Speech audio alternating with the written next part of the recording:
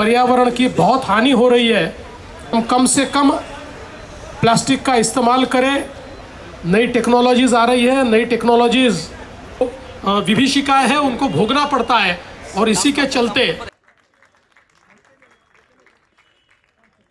शुभकामनाएं देता हूं और ये अपेक्षा करता हूं कि हम सब लोग मिलकर हमारी धरती के पर्यावरण को बचाएंगे, उसका ठीक ढंग से हम लोग टेक केयर करेंगे। और आज इस पर्यावरण दिवस के अवसर पर आसिफ भामला जी और शहर ने एक बहुत ही अच्छा कार्यक्रम यहाँ पर आयोजित किया है।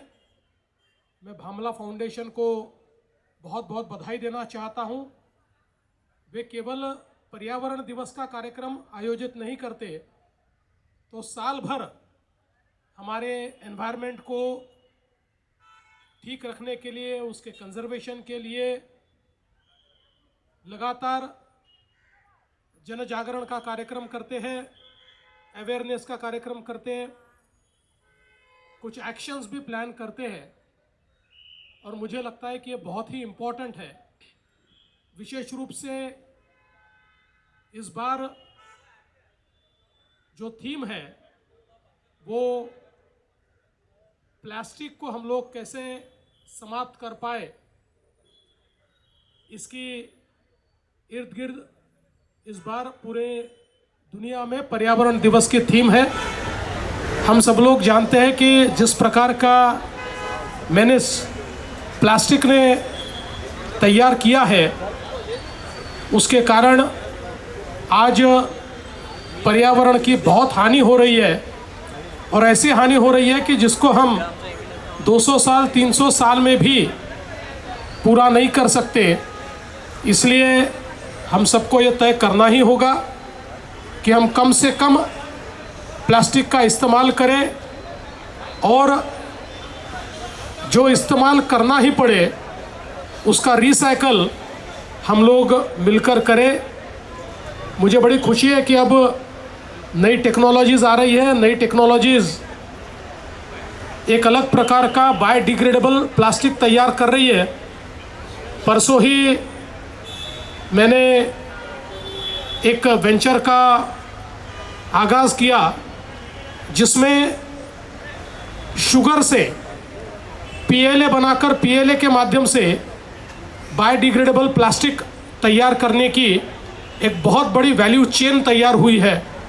मैं ऐसा मानता हूँ कि इस प्रकार की टेक्नोलॉजीज़ हमारे पर्यावरण संवर्धन के काम में एक बहुत महत्वपूर्ण कार्य करेगी और हमारे पर्यावरण को हम बचा पाएंगे। मुझे आज इस बात की भी खुशी है कि महाराष्ट्र सरकार की ओर से प्लास्टिक के खिलाफ एक लंबा ड्राइव हमने शुरू किया। पिछले समय जब मैं मुख्यमंत्री था तब हमने सिंगल यूज़ प्लास्टिक को बैन किया और धीरे धीरे हम लोगों को अल्टरनेट्स ढूंढकर प्लास्टिक से मुक्ति लानी है। इस दृष्टि से एक बहुत एक्सटेंसिव कैंपेन प्लास्टिक के खिलाफ जन जागृति का हम लोगों ने शुरू किया है और साल भर हम उसको चलाने वाले हैं। इसके साथ साथ मुझे ये भी बताते हुए खुशी होती है, आज ही हम लोगों ने महाराष्ट्र में इस साल 10 करोड़ पेड़ लगाने का एक प्लान हाथ में लिया है, एक संकल्प हाथ में लिया है।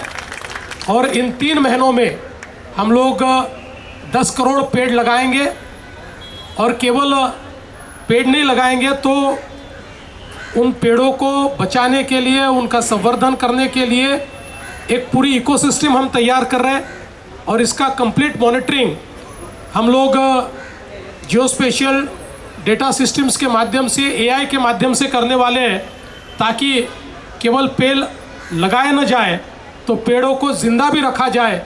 इस दृष्टि से एक बड़ा बृहद इस प्रकार का प्लान हमने तैयार किया है। हम जानते हैं कि महाराष्ट्र में, मुंबई जैसे शहर में आज हमारा जो सीवेज वाटर सारा समुद्र में जाता है, उसको भी पूरे तरीके से ट्रीट करने के लिए अब बड़े पैमाने पर हमने एफर्ट्स शुरू किए हैं और मुंबई में एक देश का सबसे बड़ा हम लोगों ने वाटर ट्रीटमेंट का नेटवर्क खड़ा करना शुरू किया है।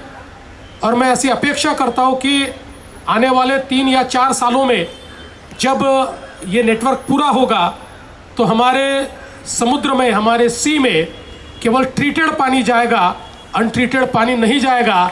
तो हमारा जो समुद्र है वो हम लोगों को साफ दिखेगा। और आज जो हम लोगों को दुर्गंधी एक्सटिंक्ट दिखाई पड़ती है या हम लोगों को एक्सपीरियंस करनी पड़ती है, उसमें से भी हमको बहुत बड़े पैमाने पर मुक्ति मिलेगी।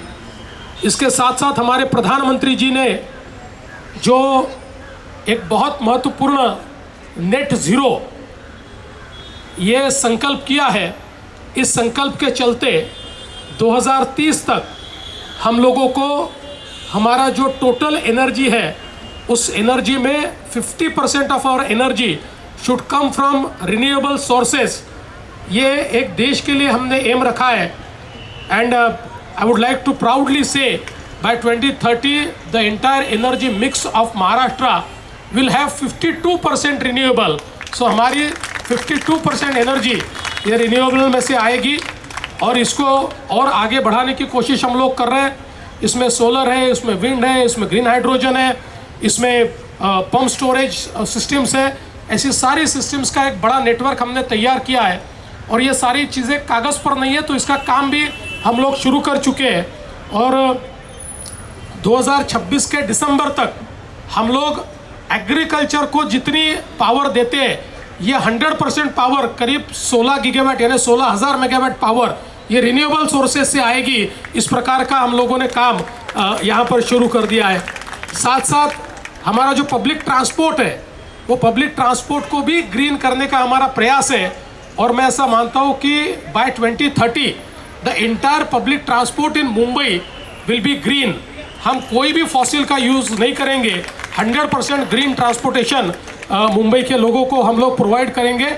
और इसी साल हमारे जितने ट्रांसपोर्टेशन के मीडियम्स हैं, चाहे वो हमारी मेट्रो हो, चाहे हमारी सबअर्बन रेलवे हो, चाहे हमारी मोनो हो, चाहे हमारी बस हो बेस्ट की, या फिर हमारा वाटर ट्रांसपोर्ट हो, इन सबको एक सिंगल प्लेटफॉर्म पर हम ला रहे हैं, एक सिंगल टिकट पर हम ला रहे हैं। एक टिकट लेकर आप किसी भी मोड ऑफ ट्रांसपोर्ट में जा पाएंगे। तो इसके कारण हम रास्तों पर जो प्राइवेट हमारे व्हीकल्स है उसको कम करना चाहते हैं, क्योंकि the biggest polluter is all this private vehicles which are using fossils. और मुझे ऐसा लगता है कि अगर हम एंड टू एंड सॉल्यूशन देंगे तो निश्चित रूप से इसका उपयोग भी बढ़ेगा और हमारे पर्यावरण का जो विनाश आज होता हुआ दिखाई पड़ता है उसको भी कम करने की कोशिश हम लोग करेंगे। मैं इतना ही कहना चाहता हूँ कि आज सस्टेनेबिलिटी की दृष्टि से हम सब लोगों को जागरूक होने की आवश्यकता है। जिस तेज़ी के साथ हम लोग क्लाइमेट चेंज को एक्सपीरियंस कर रहे हैं, आज क्लाइमेट चेंज का सबसे ज़्यादा असर गरीबों से गरीब के ऊपर हो रहा है, हमारी खेती के ऊपर हो रहा है। आज जो डिज़ास्टर हमको देखने को मिलते हैं, इसके कारण जो वल्नरेबल है उनको बहुत ज़्यादा क्लाइमेट चेंज के कारण जो विभीषिकाएँ हैं उनको भोगना पड़ता है। और इसी के चलते हम लोग ये प्रयास कर रहे हैं to bring maximum sustainability in our life, in our lifestyle. और मैं ऐसा मानता हूँ उसके लिए ये जो सारा कार्य यहाँ पर चल रहा है ये बहुत इम्पोर्टेंट है। मैं आसिफ को और शहर को बहुत बहुत बधाई देना चाहता हूँ कि आप लगातार इस दृष्टि से कार्य करते हैं और इस कार्य में सब अच्छे लोग आपके साथ जुड़े हुए हैं, इसलिए मैं सभी का अभिनंदन करता हूँ। अभी गोदरेज ने भी एक बहुत अच्छा हैंड वॉश यहाँ पर शुरू किया है। मैं ऐसा मानता हूँ कि every step which we take उसमें हम लोगों ने यही विचार करना चाहिए कि हम अपना कार्बन फुटप्रिंट कैसे कम कर पाए। और उस दृष्टि से मुझे ऐसा लगता है कि हर स्टेप बहुत इम्पोर्टेंट है और वो आप लोग मिलकर कर रहे हैं, इसलिए आपको बहुत बहुत बधाई देता हूँ। और आपने इस अच्छे कार्यक्रम में यहाँ मुझे निमंत्रित किया, इसलिए आपका मैं बहुत बहुत आभार व्यक्त करते हुए फिर एक बार सभी को इस वर्ल्ड एनवायरनमेंट डे की बहुत बहुत शुभकामनाएं देता हूं और अपने शब्दों को विराम देता हूं। जय हिंद, जय महाराष्ट्र। जो ऊर्जा देती है, जो ऑक्सीजन देती है, उसका तो आपको अंदाजा होगा। मिस्टर नीरज रॉय जी, आलोक जी है, so everyone is here. So can we request the first award to be given by by the Honorable Chief Minister to Mr. Nadir Godrej.